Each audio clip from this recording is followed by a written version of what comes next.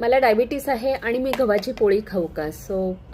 हा प्रश्न पण खूप कॉमन आहे आणि ह्याच्यावरती डिटेलमध्ये डॉक्टर तेजस यांचा पण व्हिडिओ आहे, पण तरीसुद्धा तुम्हाला थोडक्यात उत्तर देते की गव्हाचा जो ग्लायसेमिक इंडेक्स आहे ना तो बऱ्यापैकी म्हणजे कमी आहे. त्यामुळे ज्वारीची भाकरी खाण्यापेक्षा तुम्ही गव्हाची पोळी खाल्लीत तर चालेल. आणि त्याच्यामुळे जर का तुम्हाला ब्लड शुगर नियंत्रणात आणायची असेल तर त्यामध्ये तुम्ही थोडंसं व्हीट ब्रॅन किंवा ओट्सचं ब्रॅन म्हणजे त्याचा कोंडा असतो, फायबर असतो, ते ॲड करून सुद्धा घेऊ शकता. फक्त एक लक्षात ठेवायचं, जेव्हा तुम्ही फायबर ॲड करताय तर तुम्हाला कॉन्स्टिपेशन होऊ नये यासाठी पाणी भरपूर पिणं आवश्यक आहे, राईट.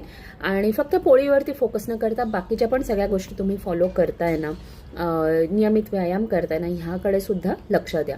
आणि तुम्हाला याशिवाय वैयक्तिक कुठलाही प्रश्न असेल तर आमच्या व्हॉट्सअप नंबरवरती संपर्क साधा.